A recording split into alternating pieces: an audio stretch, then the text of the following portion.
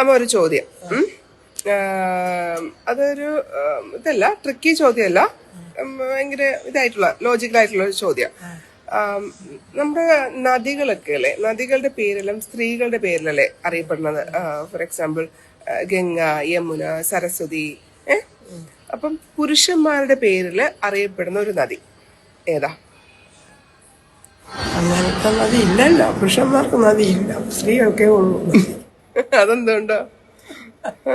അതെന്തുകൊണ്ടോ പുരുഷന്മാർക്ക് നദിയില്ലാത്ത? സ്ത്രീകൾ അംഗീകരിക്കും പോലെ പുരുഷന്മാരെ അംഗീകരിക്കില്ല. എന്തോന്നും അംഗീകരിക്കില്ല. തോറ്റോ? തോറ്റില്ല. ആലോചിക്കും. ആലോചിക്കുന്നത് റീലിന് 1 മിനിറ്റൊക്കെ സമയമുള്ളൂ, കൂടുതൽ ആലോചിക്കുന്ന സമയമില്ല. പുരുഷന്മാരൊന്നും നദി ഓടൂല, ഒഴുകൂല. ഞാൻ പറയാം, ബ്രഹ്മപുത്ര. അങ്ങനെ നദി ഉണ്ടല്ലോ, ബ്രഹ്മപുത്ര. നദി കേട്ടിട്ടേ ഇല്ല. അയ്യാ, കേട്ടിട്ടില്ല. ശരി, അപ്പൊ അത്രേ ഉള്ളൂ. സരസ്വതി